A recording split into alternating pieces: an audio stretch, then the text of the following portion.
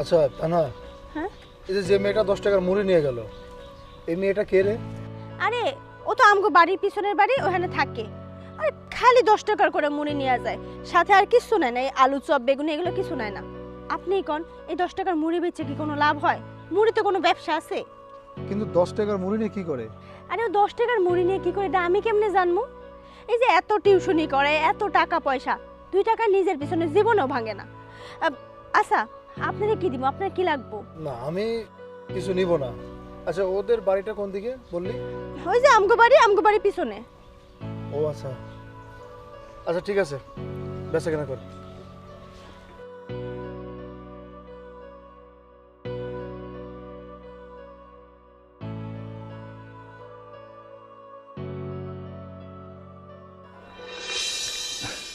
আচ্ছা আম্মু, তোমাদের বাসা কোনটা? এই যে এইটাই। এটা তোমাদের বাসা? হ্যাঁ। আচ্ছা নামো। আসসালামু আলাইকুম। ওয়ালাইকুম আসসালাম। তুমি কি ওর বোন? জি আমি ওর বোন, কিন্তু আঙ্কেল আপনারা তো ছিলাম না, আপনি কে? আমাকে তুমি চিনবে না। আচ্ছা তোমার বোন এভাবে রাস্তায় রাস্তায় মানুষের কাছে ইফতারি চায় কেন? কি কইতেছেন আপনি? ও আজকেও রাস্তায় রাস্তায় যে ইফতারি চাইছে? এই তোর আমি না করি নাই যে কারো কাছে কোনোদিন ইফতারি চাবি না? আমরা গরিব মানুষ, ইফতারি খাইতে পারবো না। তুই আজকে আমার কথার আবদ্ধ হইছিস তাই না? তোরে তো আজকে আমি মাইরেই ফেলামু। আরে আরে আরে ওর গায়ে তুলো না, ও ছোট মানুষ, ও তো এত কিছু বুঝে না। ও আরও বলছিল ওর আপু রোজা রেখেছে, ওর আপুর জন্য ইফতারি চাইতে গেছে, ওর কোনো দোষ নেই। আচ্ছা এখানে তোমাদের সাথে আর কে কে থাকে? আসলে এখানে আমরা দুই বোনই থাকি, আর কেউ থাকে না। তোমার কোনো আত্মীয় স্বজন? না, আমার মা বাবা আপনজন বলতে আর কেউই নেই। আচ্ছা কেউ নেই, তোমরা দুজন থাকো এখানে, তোমাদের সংসার চলে কিভাবে? আসলে হয়েছে কি, আমি এক বাড়িতে কাজ করতাম, আমার একটা কাজের ভুলের জন্য তারা আমার বাড়ি থেকে বের করে দিছে। এখন অনেক দিন ধরে আমি বাড়িতে বসা, খুব কষ্ট হইতেছে আমাকে চলতে। আসলে এখন আমি এবার এই দোলনা বানানোর কাম ধরছি, কিন্তু আমি না পারি না। ও আচ্ছা আচ্ছা ঠিক আছে, চলো আজকে আজকে আমাদের সাথে আমাদের বাসায় ইফতারি করবে। না না চাচা, আমি আপনাদের বাড়িতে কেন যাবো? আমি যাবো না। না না আপু, চলো আমরা আঙ্কেলের সাথে যাই, অনেক দিন ধরে ইফতারি খাই না। কেন আপত্তি করছো? আমার কথা নয় নাই রাখলে, তোমার ছোট বোনটার দিকে তাকিয়ে হলো চলো আজকে আমাদের বাসায় ইফতার করবে। যেহেতু আমাকে আঙ্কেল ডেকেছো, আমি তোমার চাচ্চু, চাচ্চু বলে শুনবে না। চলো আমার সাথে আমাদের বাড়িতে ইফতারি করবে আজকে। আসো মা।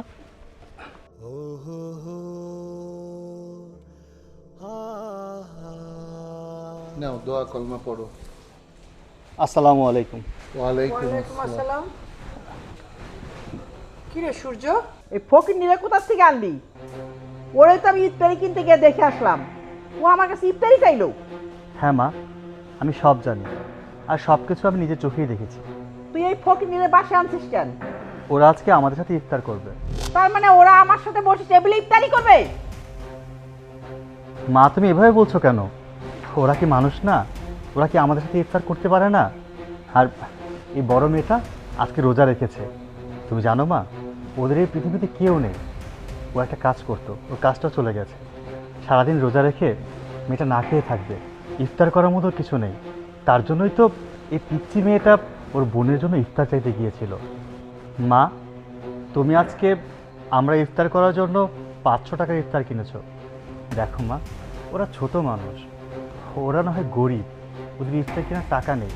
আর এই 500 টাকার ইফতার তো আমরা 4 জন মানুষ খেয়ে শেষ করতে পারবো না। আর ভাইয়াও তো নেই আজকে। মা গরিবের একটি ইফতার খেলে কী হয়?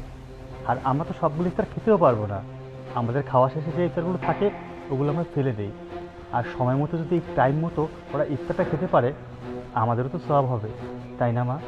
তার মানে এই ফকিরনির সাথে আমি ইফতারি করব? আমি তো এই ফকিরনিদের সাথে বসে ইফতারি করব না। তোর যদি ওদেরকে ইফতারি করাতে ইচ্ছে করে, এখান থেকে ইফতারি নিয়ে বাইরে দিয়ে আস। হ্যাঁ সূর্য, তোর মা ঠিকই বলেছে। তোর ওদেরকে ইফতার দেবার ইচ্ছা হলে ওদেরকে বাইরে দেওয়া উচিত। দেখ বাবা, শ্রীনিভেদটা কিন্তু মানুষ তৈরি করেনি, শ্রীনিভেদটা আল্লাহ তাআলা স্বয়ং তৈরি করেছে। এই পৃথিবীতে কেউ বা অনেক ধনী, কেউ মধ্যবিত্ত, কেউ নিম্ন মধ্যবিত্ত, একেবারে কেউ বা আবার একদম গরিব।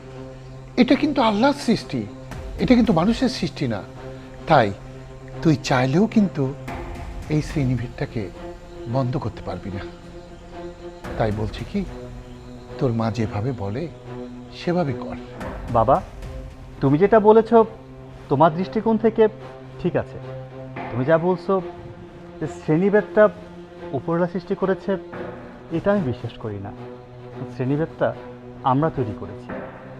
আল্লাহ যদি শ্রেণীভেদ সৃষ্টি করতো তাহলে বড়লোকদের হাত পা বেশি দিত, তাদেরকে এক্সট্রা আরও কিছু অর্ডিনারি কিছু দিত। কিন্তু সবাই সমান। দেখো, মানুষ সবাই সমান। প্রত্যেকটা মানুষের দুটো হাত, দুটো পা, দুটো চোখ একই সমান করে আল্লাহ সৃষ্টি করেছে। কাউকে আল্লাহ অতিরিক্ত কিচ্ছু দেয়নি। এই সম্পদের কথা বলছো, সম্পদ তো আমাদের কিচ্ছু না। আজকে আমরা এই পৃথিবী ছেড়ে চলে গেলে এই সম্পদ কে খাবে? কেউ কি বলতে পারি? একদিন তুমি এই পৃথিবী ছেড়ে চলে যাবে, আমিও চলে যাব। আমাদের পৃথিবীর প্রত্যেকটা মানুষেরই মৃত্যুর স্বাদ গ্রহণ করতে হবে। আর এই সম্পদ সম্পদের জায়গায় রয়ে যাবে। তোমার সম্পদ আছে, তোমার পূর্বপুরুষের ছিল, সেটা উত্তরসূরি হিসাবে তুমি পেয়েছো। তোমারটা আমরা পাবো, এটাই পৃথিবীর নিয়ম। ওরা গরিব হয়ে জন্ম নেয়নি বাবা, আল্লাহ সবাইকে সমানভাবে পাঠিয়েছে। ওদের উত্তরসূরিরা গরিব ছিল, তাই হয়তো বা ওরা গরিব। ধরে নাও বাবা, আজকে আমরা কোটিপতি, অনেক সম্পত্তির মালিক।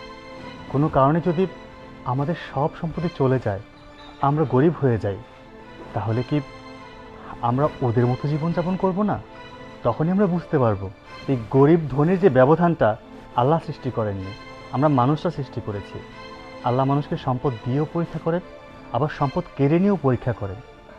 আজকে আমাদের টাকা পয়সা আছে বলে শুধু আমরাই খাবো, আমাদের প্রতিবেশীরা কেউ খাচ্ছে কি না খাচ্ছে সেই খোঁজ খবর নেব না, এটা তো ঠিক না। আল্লাহ তাআলা বলেছেন ইনসাফ করে খেতে। আমরা প্রতিনিয়তই খাবার খাচ্ছি, নিজের প্রয়োজন মতো খাচ্ছি, প্রয়োজন ব্যতীত আমরা খাবার নিয়ে খাবার নষ্ট করছি। আল্লাহ তাআলা বলেছেন ইনসাফ। ইনসাফ শব্দের অর্থ হচ্ছে আমি খাচ্ছি, আমার কোনো আত্মীয় স্বজন না খেয়ে আছে কি না সেই খোঁজ নেওয়া।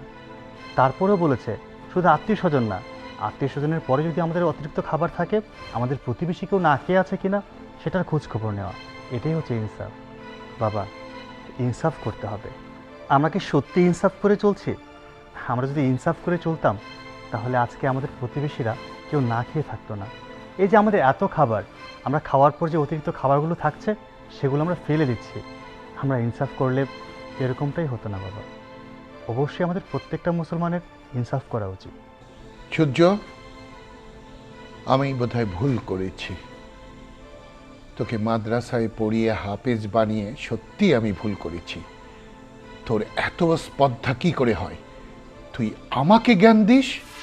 বাবা, আপনি আমাকে ভুল বুঝবেন না। আমি যদি কোনো অপরাধ করে থাকি, অন্যায় করে থাকি, যদি বেয়াদবি করে থাকি, আমাকে আপনি ক্ষমা করে দেবেন। কিন্তু বাবা, যেটা সত্যি কথা, যেটা হক কথা, সেটা তো আমাকে বলতেই হবে। আমি ইসলাম ধর্মে যেটা শিখেছি, আল্লাহ তাআলা কোরআনে যেটা বলেছেন সেটা তো অবশ্যই মানতে হবে, তাই না বাবা? আল্লাহ তাআলা কোরআনে বলেছেন অফাওকা কল্লি ইলমিন আলিম। পৃথিবীতে প্রত্যেকটা মানুষের চেয়ে জ্ঞানী। বাবা, তুমি আমার চেয়ে জ্ঞানী, এটা আমি স্বীকার করছি। কিন্তু তোমার দিক থেকে তুমি জ্ঞানী, আমার দিক থেকে আমি জ্ঞানী। এটা আল্লাহ তাআলা সমানভাবে সবাইকে সেইভাবেই দিয়েছেন। হয়তো কোনো এক দিক থেকে তোমাকে জ্ঞানী করেছেন, বা অন্য কোনো দিক থেকে আমাকে জ্ঞানী করেছেন। তুমি আমাকে ভুল বোঝো না বাবা। হ্যাঁ বাবা, তুই ঠিকই বলেছিস। ওই যে কথায় আছে না, অল্প বিদ্যায় ভয়ঙ্করী, কথায় কথায় ডিকশনারি। খুব ছোট্ট পরিসরে জ্ঞানের আমি বড়াই করতাম, কিন্তু আমার ছেলে যে জ্ঞানের ভান্ডার হয়েছে আমি এটা জানতাম না বাবা। তাই তো রে বাবা, এত কিছু নিয়ে আমরা ইফতারের জন্য বসে আছি, আমার পাড়া প্রতিবেশী কি খাচ্ছে এটা তো আমার খোঁজ নেওয়া দরকার। তুই আজকে আমার চোখটা খুলে দিয়েছিস বাবা। আমি যাব, আমি ওদের পাশে যাব, ওদেরকে ইফতার বিলি করব। আমাদের যে পরিমাণ ইফতার দরকার সে পরিমাণ রেখে বাকি ইফতার দে বাবা। আমি ওদেরকে বিলি করে আসি। জি বাবা, আমি উঠিয়ে দিচ্ছি।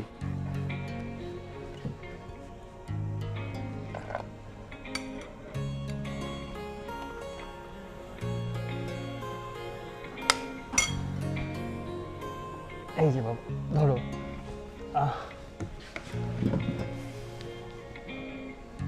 এই নাও বাবা। আচ্ছা ঠিক আছে, আমি এক্ষুনি আসছি। কি হলো, তোমরা বসো বসো বসো বসো সোনামণি, বসো। এই, নাও বাবু। আজকে তুমি পেট ভরে ইফতার করবে, ঠিক আছে? তোমার যা যা ইচ্ছা সব খাবে। একটু হাসো, মন খারাপ করে থেকো না। আপু আজকে পেট ভরে ইফতার খাবো। হ্যাঁ, আজকে আমরা পেট ভরে ইফতার খাবো।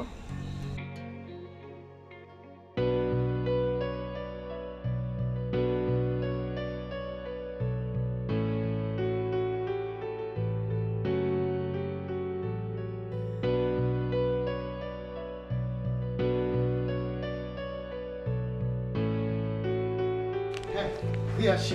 বাবা হ্যাঁ তুমি এখানে বসো। আজান দেবে, এক্ষুনি আমি আজান ওখানে দেবে। বসছি। তুই বস। হ্যাঁ। ওই যে প্লেটটা নে। হ্যাঁ নাও সবাই দোয়া ধরো, মোনাজাত কর বাবা, একটু মোনাজাত কর। আল্লাহুম্মা আমিন। আমিন।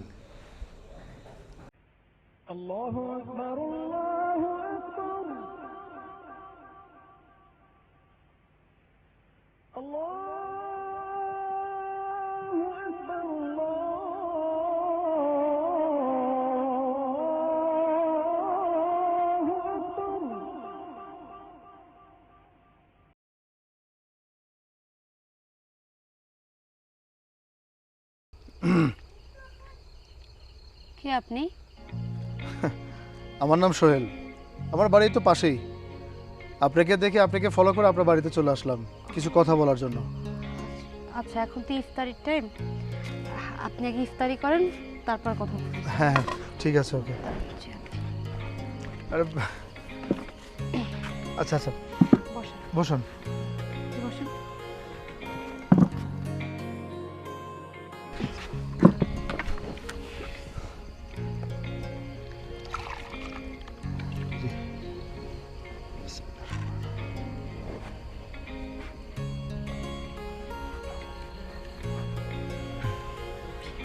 এই দেন।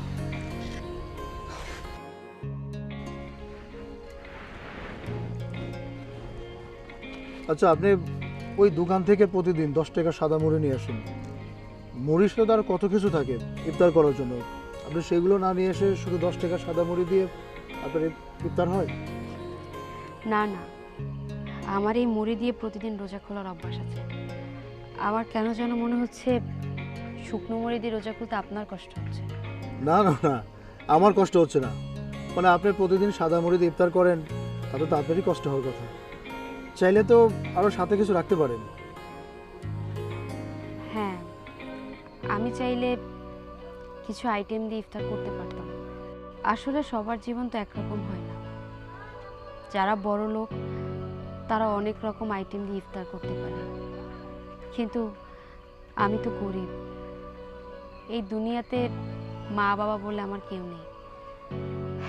আমি এতিম, নিজের খরচ নিজেকেই চালাতে হয়। আমি আবার পাশাপাশি লেখাপড়াও করি। লেখাপড়ার খরচ চালাতে গিয়ে আর নিজের খরচ চালাতে গিয়ে আমি হিমশিম খাই। তারপর আবার দামি দামি ইফতার কিনে খাওয়া তো আমার পক্ষে পসিবল হয়ে ওঠে না। যেহেতু আমি গরিব, আজ যদি আমি ভালো খাবার খাই তাহলে কালকে চলতে আমার কষ্ট হবে। তাই আমি প্রতিদিন 10 টাকা দিয়ে শুকনো মুড়ি খেয়ে ইফতার করি। এতে আমার কোনো কষ্ট হয় না, আমার এমনি অভ্যাস হয়ে গেছে। আমি আসলে আপনার কথা বুঝতে পেরেছি। হয়তো আমি যে কথাগুলো আপনাকে বললাম আপনি মনে মনে কষ্ট পেয়েছেন, এর জন্য আমি সরি। না না, আমি একদম কষ্ট পাইনি। আচ্ছা, আপনি ইফতার করছেন না? নেন আগে ইফতার করুন, তারপর কথা বলবো। আচ্ছা হ্যাঁ শিওর।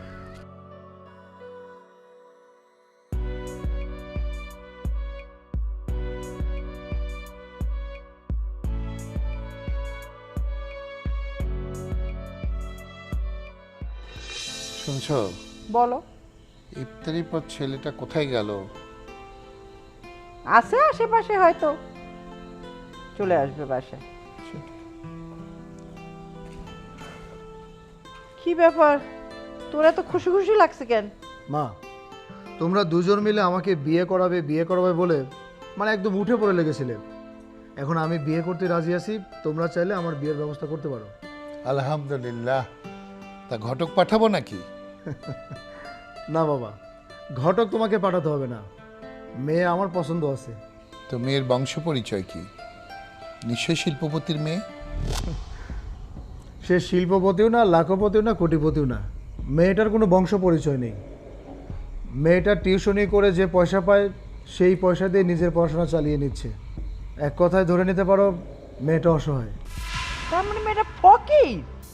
মা, হয়তো মেয়েটার টাকা পয়সা নেই, কিন্তু মেয়েটা ভদ্র, নম্র এবং ধার্মিক একটা মেয়ে, খুব ভালো একটা মেয়ে। ও যদি এই বাড়িতে বউ হয়ে আসে, তোমাদের সেবা যত্ন কোনো কিছু কমতি রাখবে না। যে মেয়ের বংশ পরিচয় নাই সেই মেয়ের আমি কোনোদিন এই বাড়ি বউ করে আনতে দিব না। আব্বা, মাকে একটু বোঝাও না।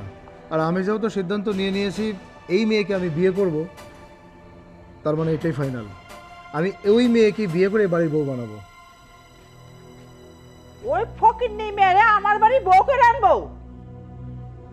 আমি কোনোদিনও মাইনা নিব না। আচ্ছা, বিয়ে করবে তোমার ছেলে, সংসার করবে তোমার ছেলে, তা তুমি এত ঘাটাঘাটি করছো কেন?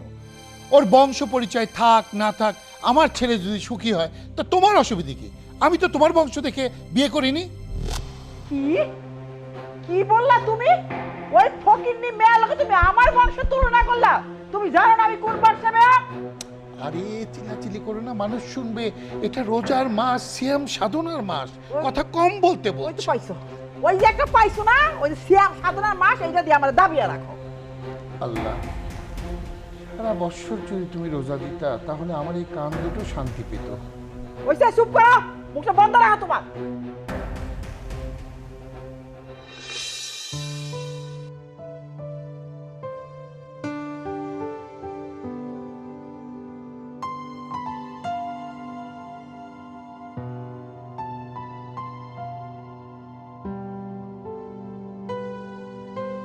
মা, মা,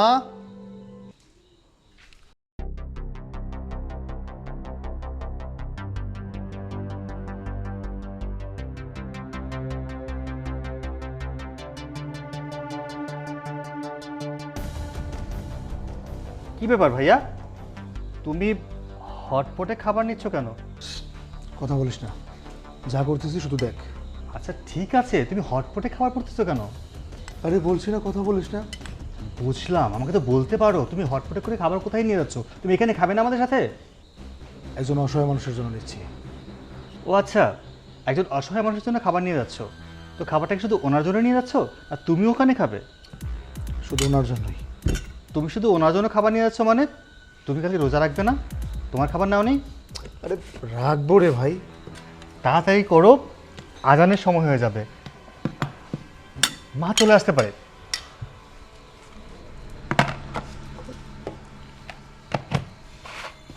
শোন, আমি যে খাবারটা নিয়ে যাচ্ছি আব্বা এবং মা কেউ যেন না জানে। হ্যাঁ ঠিক আছে ভাইয়া, কেউ জানবে না। ওকে। আরে এদিক কোথায় যাচ্ছ?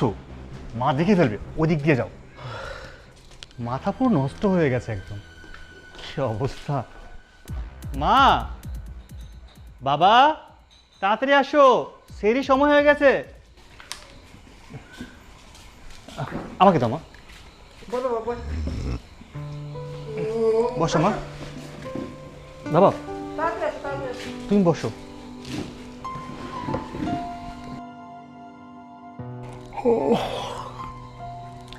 কি ব্যাপার, সবাই আসছে, সোহেল কোথায়? সূর্য, সোহেলকে ডাকিসনি? বাবা, ভাইয়া উঠেছে, একটু বাইরে গেছে। বাইরে গেছে মানে? ও সিয়ার খাবে না নাকি রোজা করবে না? হ্যাঁ রোজা থাকবে, ভাইয়া খাবার নিয়ে গেছে। খাবার নিয়ে গেছে মানে? কোথায় খাবার নিয়ে গেছে? না মানে একজন অসহায় মানুষ, ক্ষুধার্ত মানুষ, সেরি খাওয়ার মতো ওনার কাছে খাবার ছিল না, তো ভাইয়া ওনার জন্য খাবার নিয়ে গেছে। কি? ওই অসহায় মানুষ মানে ওই ফকিরনির জন্য খাবার নিয়ে যায় নাই তো? আরে তুমি এইভাবে কথা বলছো কেন? এই সন্ধ্যায় সূর্য বললো না যে ইনসাফ করে খেতে হবে? নিশ্চয়ই ও কোনো ইনসাফের কাজই করতে গেছে। হ্যাঁ মা, ভাইয়া তো ইনসাফ করতে গেছে, হলে হতেও পারে, তাতে কি হয়েছে? শোন, শাক দিয়ে মাছ ঢাকার চেষ্টা করবি না, ইনসাফ করতে গেছে। শোনা, তোমার পোলায় যদি ওই ফকিন্নি মেয়ের লোকে খাওয়ার নিয়ে যায়, ও যেন মনে না করে যে ওই মেয়ের আমি এই বাড়ি বউ বানাবো। মা রাগারাগি করো না, সেরই সময় চলে যাচ্ছে, একটু পরে আজান দিয়ে ফেলবে। মাথা গরম না করে তাড়াতাড়ি খেয়ে নাও। এই নাও শুরু করো, দাও, সময় নেই। হ্যাঁ, আমি ডাল নিচ্ছি মা। কেন তরকারি নেই না কেন? মুড়ি খেতে ইচ্ছে করছে না। ও আচ্ছা, ঠিক আছে, সবাই শুরু করো, সময় নেই কিন্তু।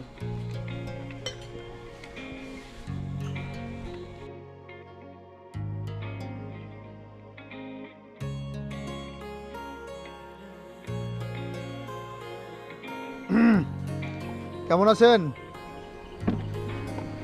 আপনি? ভালো আছি। আপনি এত রাতে আমার বাড়িতে কেন? আশেপাশের লোক তো আপনার কেউ দেখে নাই। সেরের সময় আসছেন কেন আপনি? আরে কি আশ্চর্য ব্যাপার, কে দেখলো কে না দেখলো সেটা কি আর করি না।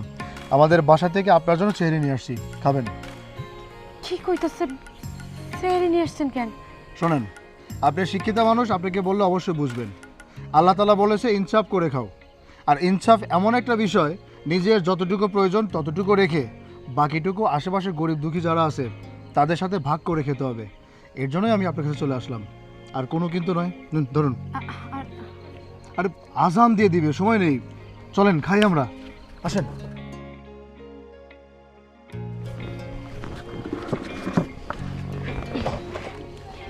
এই যে মা। হ্যাঁ,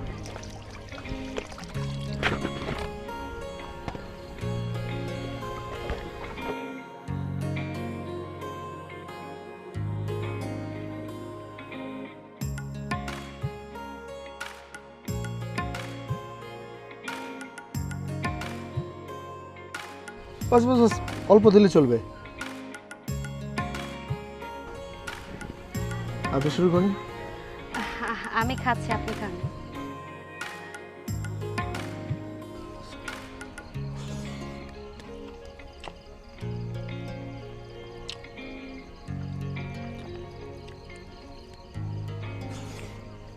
কে রান্না করেছে? আমার মা। অনেক ভালো রান্না করে। হুম।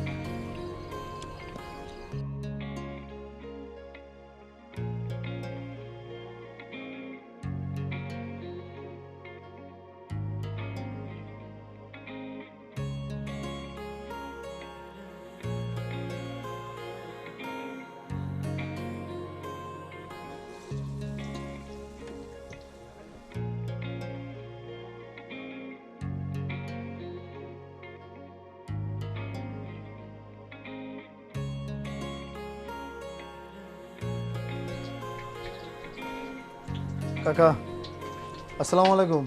ওয়ালাইকুম সালাম। কাকা ভালো আছেন? আল্লাহর রহমত ভালো আছি। আপনি ভালো আছেন বাবাজি? জি আলহামদুলিল্লাহ কাকা, ভালো আছি। বাবা, তুমি হঠাৎ করে এখানে?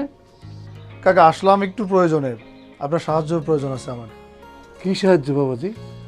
না মানে বলছিলাম কি কাকা, আপনার দোকানের পিছনের যে বাড়িটা, ওই মেয়েটা টিউশনি করে নিজে পড়াশোনা করে, ওই মেয়েটাকে আমার খুব ভালো লাগে। আমি মেয়েটাকে বিয়ে করতে চাই। মানে আপনি যদি আমার হয়ে বিয়ের প্রস্তাবটা নিয়ে যাইতেন। বিয়ের প্রস্তাব? না না বাবা, আমি বিয়ের প্রস্তাব নিয়ে যাইতে পারবো না। কাকা আমি অনেক আশা করে আপনার কাছে আসছিলাম, আপনি না করবেন না প্লিজ।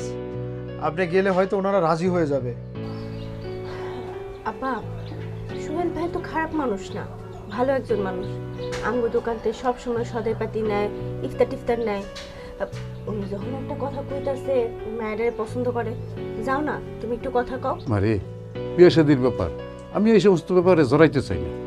আজকে ভালো আছে, 2 দিন পরে কোনো সমস্যা হয়ে গেলে সব দুষ্কৃতি আমার হবে। আর আব্বা খারাপ কিছুই হইব না, ভাই তো আমরা অনেকদিন ধরে চিনি, ভাই অনেক ভালো মানুষ, তুমি আর না করো না। ও দুজনে বিয়া হইলে ভাইও ভালো থাকবো, শেফাও ভালো থাকবো। আচ্ছা ঠিক আছে মা, তুই যেহেতু এত করে বলতেছস তাহলে যাই। তাছাড়া সোহেল তো খারাপ না, যতটুকু জানি ভালো মানুষ, বড় লোকের ছেলে। আচ্ছা বাবাজি চলেন। ধন্যবাদ কাকা, প্লিজ চলো। চলেন বাবাজি। হ্যাঁ মা আসুন। কাজটা চাল দিয়ে হাতের কাজটা শেষ কর।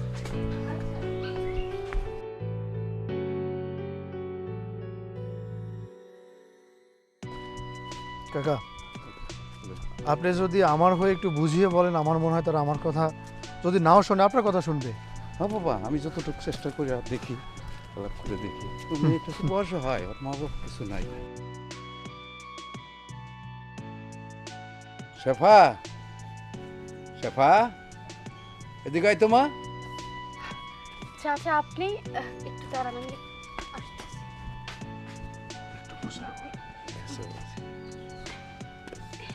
আবার চেয়ার আনতে গেলি? আচ্ছা আচ্ছা।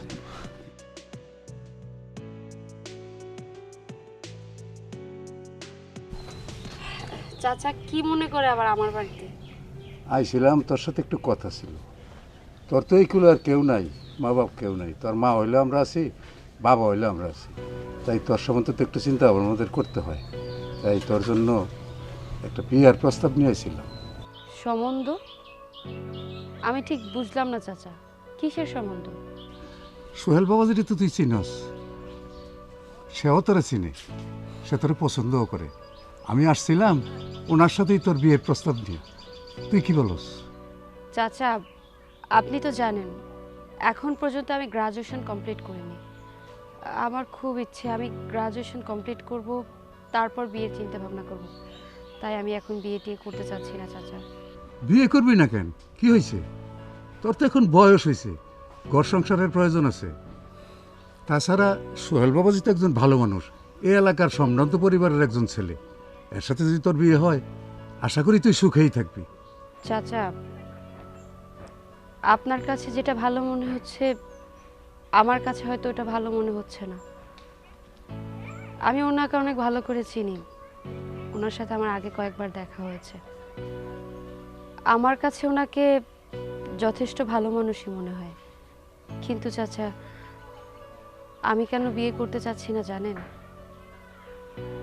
আমার মায়ের সম্পর্কে আপনি তো সব কিছুই জানেন।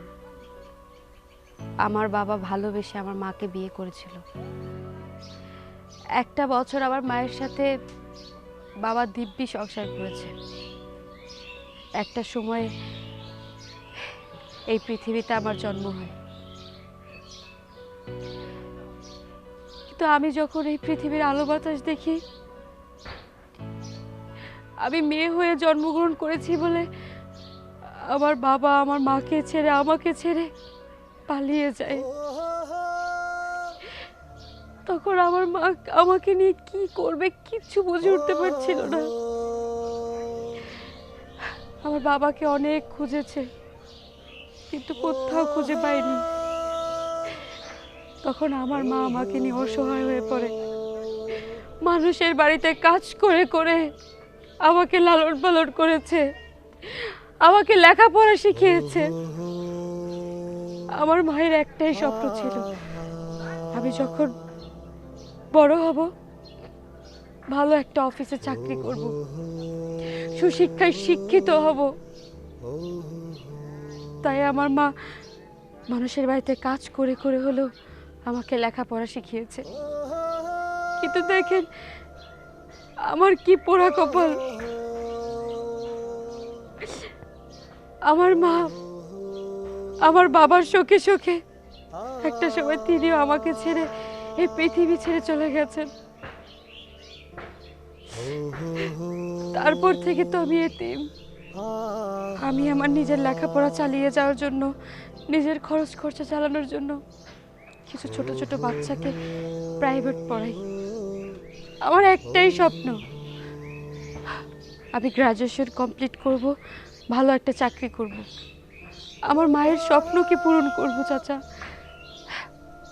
তাই আমি বিয়ে করতে চাচ্ছিলাম না। আর তাছাড়াও উনি হচ্ছে বড় লোকের ছেলে। উনি যখন ওনার বাবা মায়ের অবাধ্য হয়ে আমাকে বিয়ে করবে, তখন ওনার বাবা মা না পারবে আমাকে সহ্য করতে, না পারবে ওনার ছেলেকে সহ্য করতে, না পারবে আমাদের বিয়েটাকে মেনে নিতে। তখন তখন আমার কি হবে? তখন তো আমার অবস্থা একদম আমার মায়ের মতোই হবে। তাই আমি বিয়েটা করতে চাচ্ছি না চাচা। আসলে প্রতিটা মানুষের একটা অতীত থাকে। আমি তোমার অতীতটা জানি এবং জেনে বুঝে তোমার বাড়িতে আসছি। সত্যি কথা বলতে কি, আমি তোমাকে পছন্দ করি ভালোবেসে ফেলেছি এবং বিয়ের প্রস্তাবটা নিয়ে কাকার বাড়িতে গিয়ে কাকাকে এই বাড়িতে নিয়ে আসছি। যেহেতু আমি তোমাকে পছন্দ করি, ভালোবাসি, অন্তত আমার দ্বারা তোমার কষ্ট হোক আমি কোনোদিনও চাইবো না। আর তুমি আমার পরিবারের কথা বলছো তো, আমার বাবা মাকে নিয়ে তোমার কোনো টেনশন করতে হবে না। আমার বাবা মার দায়িত্বটা আমার উপর ছেড়ে দাও। হ্যাঁ মা, তুই আর না করিস না, তুই রাজি হয়ে যা। চাচা, আমার বাবা মা নেই। আমি যেহেতু এতে, আমার বাবা মার পরে আপনি আমাকে দেখে শুনে রেখেছেন, আমি তো আর আপনার কথা ফেলতে পারি না। আপনি যা বলবেন আমি সেটাই করব। আমি বিয়েতে রাজি আছি, কিন্তু আমার একটা শর্ত আছে। ওনার বাবা মাকে আমার বিয়ের প্রস্তাব নিয়ে আমার বাড়িতে আসতে হবে। আসলে আমি আমার বাবা মাকে নিয়ে আসতে পারবো কি না সে ব্যাপারে আমি কথা দিতে পারতেছি না। আমি তোমার কথা আমার বাড়িতে বলছিলাম, তারা এই ব্যাপারে রাজি না। মানে তারা চায় না যে আমি তোমাকে বিয়ে শাদী করি। আর আমি যেহেতু প্রাপ্তবয়স্ক, আমার তো ভালো লাগা পছন্দ থাকতেই পারে। তাই আমার ভালো লাগা থেকেই আমি তোমাকে বিয়ে করতে চাই। আমাদের বিয়ের পরে যদি আমার পরিবার মেনে না নেয় তাতেও কোনো অসুবিধা নেই। আমি তো চাকরি করি, আমি আমার সংসার ঠিকই চালিয়ে নিব। প্রয়োজনে আমি এবং তুমি শহরে থাকবো। হ্যাঁ মা, সোহেল বাবাজি তো ঠিক কথাই বলছে, তুই রাজি হয়ে যা। চাচা, আপনি আমার মুরব্বী, আপনি আমার কখনো খারাপ চাইবেন না। আপনি যেহেতু আমাকে এত করে বলছেন, আমি বিয়েতে রাজি আছি। আলহামদুলিল্লাহ। বাবাজি, জি, শেফা যেহেতু রাজি হয়ে গেছে, 2 দিন পরে ঈদ, ঈদের 1 সপ্তাহ পরে ডেট করে বিয়ের কামটা আমরা সেরে ফেলি। কাকা, আপনার যেভাবে ভালো হয় আপনি সেইভাবে করেন, আমার কোনো অসুবিধা নেই। শেফা, তুই কি বলস? আপনি যেভাবে বলবেন আমি ঠিক সেভাবে করব। আচ্ছা, আলহামদুলিল্লাহ। চলেন বাবাজি। জি, হ্যাঁ, আসেন। আসি। জি।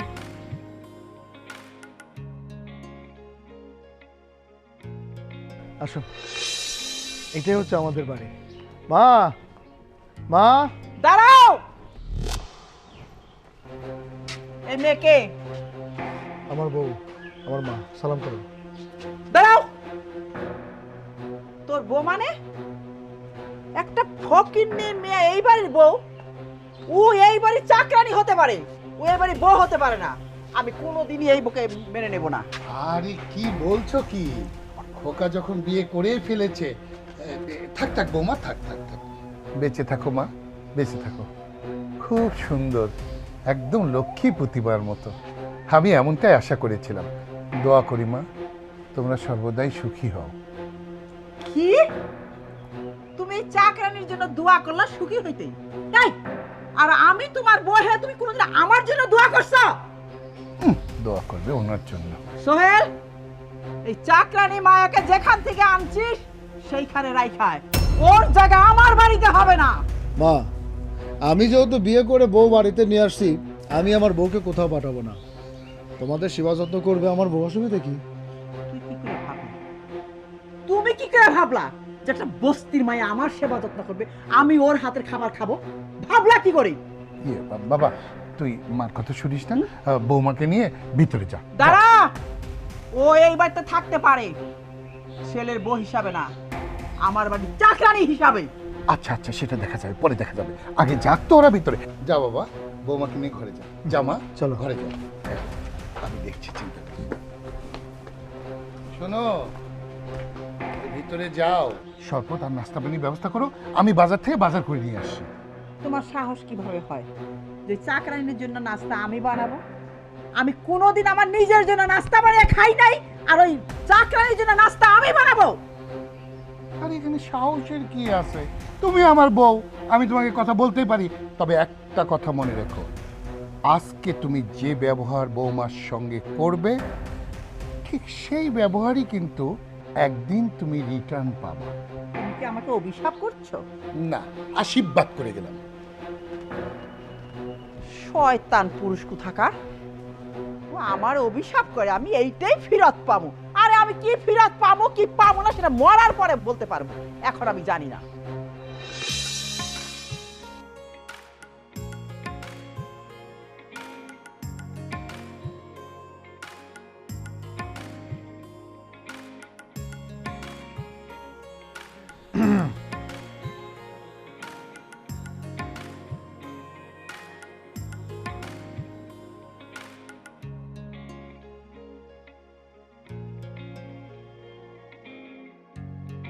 আমি আসলেই অনেক খুশি যে আমি আমার পছন্দের মানুষকে বিয়ে করে আমার বাড়িতে বউ হিসেবে নিয়ে আসতে পেরেছি। আসলে তুমি হয়তো এটা বলতে পারো যে শখের মানুষকে বউ করে আমার বাড়িতে নিয়ে আসছি, অথচ আমাদের বাসার ঘর সাজানো হয়নি। আমি তো কাউকে জানাইনি তোমাকে বউ করে নিয়ে আসছি। আমার মা চায়নি আমি তোমাকে বিয়ে করি। হয়তো আমার মা তোমার সাথে খারাপ ব্যবহার করবে, ধমক দিয়ে কথা বলবে, কিন্তু তুমি যতটা আমার মাকে কর্কট মনে করতেছো, সে কিন্তু কর্কট না। সে অনেক ভালো মনের মানুষ, তার রাগটা হয়তো একটু বেশি। তুমি যখন আমার মার সাথে ভালো ব্যবহার করবে, আমার মার সাথে যখন বেশি বেশি করে কথা বলবে, তার সাথে যখন মিশতে চাইবে, দেখবে দুদিন পরে সেই তোমার ভক্ত হয়ে গেছে। তোমাকে ছাড়া সে কিচ্ছু বুঝবে না। আমি মায়ের কথায় কোনো কিছুই মনে করিনি। উনি তো আমার মা। আমার মা তো অনেক আগেই মারা গেছে। এই বাড়িতে আসার পর থেকে তোমার মাকে নিজের আপন মা ভাবতে শুরু করেছি। তাই উনি যাই কিছু বলুক না কেন, আমি তাতে কোনো কিছুই মনে করব না। আমি সবসময় চেষ্টা করব তোমার মা বাবাকে নিজের মা বাবা মনে করতে। তাই যেন হয়। আজকে থেকে তুমি এই বাড়ির একজন সদস্য। এই বাড়ির মান সম্মান সবকিছু তোমার হাতে। আর প্রতিটা স্বামীরই উচিত বাসর রাতে স্ত্রীর দেনমোহরের টাকাটা পরিশোধ করা।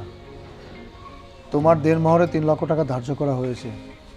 ব্যস্ততার কারণে ক্যাশটাকে আমি তোমার হাতে তুলে দিতে পারিনি, তাই তোমার দেনমোহরে 3 লক্ষ টাকা আমি চেকে দিচ্ছি। তুমি সময় মতো টাকাটা তুলে নিও। নাও। আমার এই টাকার কোনো প্রয়োজন নেই। দেনমোহর যদি নিতেই হয় তাহলে এইভাবে না, নেন, এটা আপনার কাছে রাখেন। এটাকে আমি দেনমোহর হিসেবে নিতে পারবো না।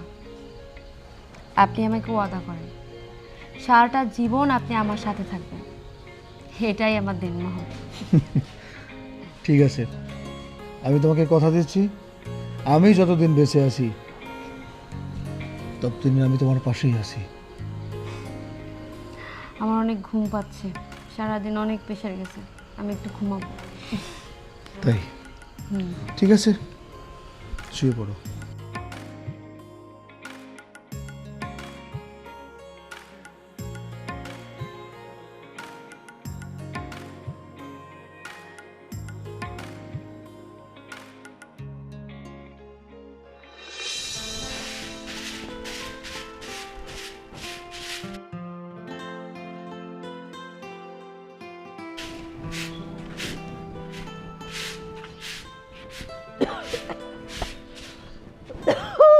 আম্মা, আপনি ঘুম থেকে উঠে আসছেন কেন? একটু সালাম করতেছে, সালাম করতে দিবেন না?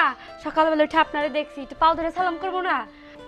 কালকে যখন আপনাদের বাড়িতে এসেছি তখন আপনাকে সালাম করতে পারিনি, তাই সকাল সকাল আপনাকে সালাম করলাম। আপনি ঘুম থেকে উঠে আসলেন কেন? আপনি যান, বিশ্রাম নিন, আমি আপনার জন্য কফি আর নাস্তা বানিয়ে নিয়ে আসি। কিরে, তুই আমারে ঘুষ দিতেছিস?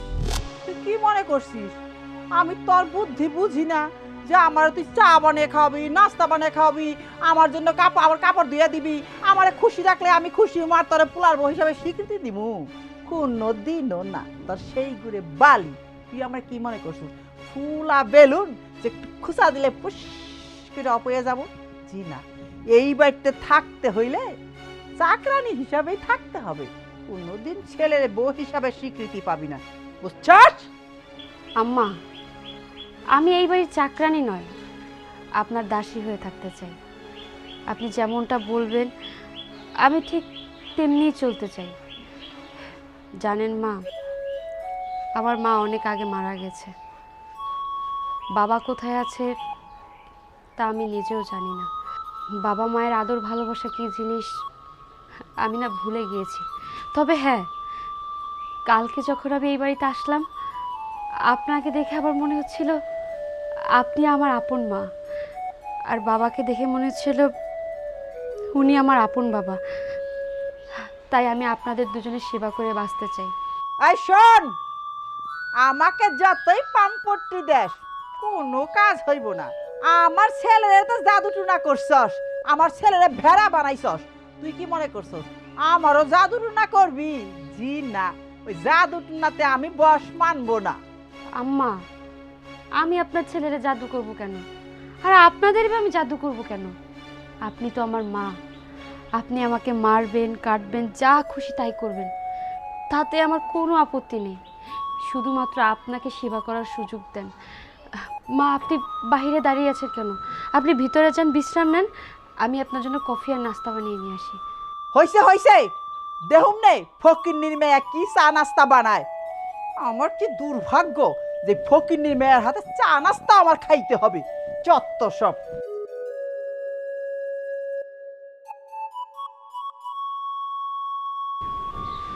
যাই, মার জন্য নাস্তা বানিয়ে নিয়ে আসি।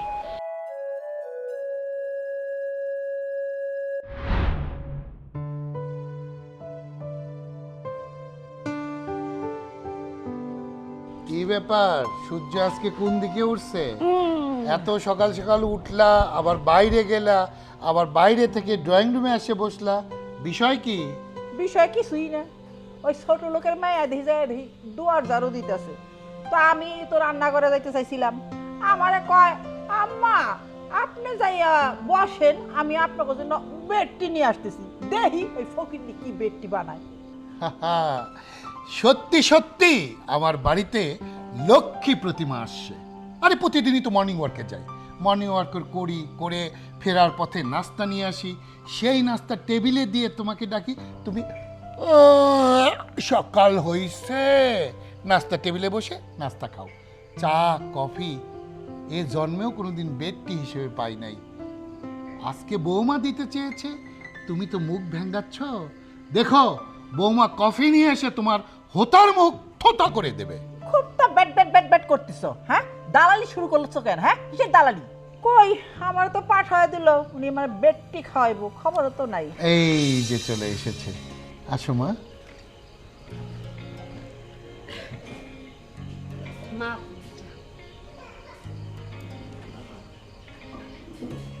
ওখানে কেন বসছো মা? উপরে উঠে বসো। না বাবা, আমি আপনাদের পায়ের কাছে বসতে চাই।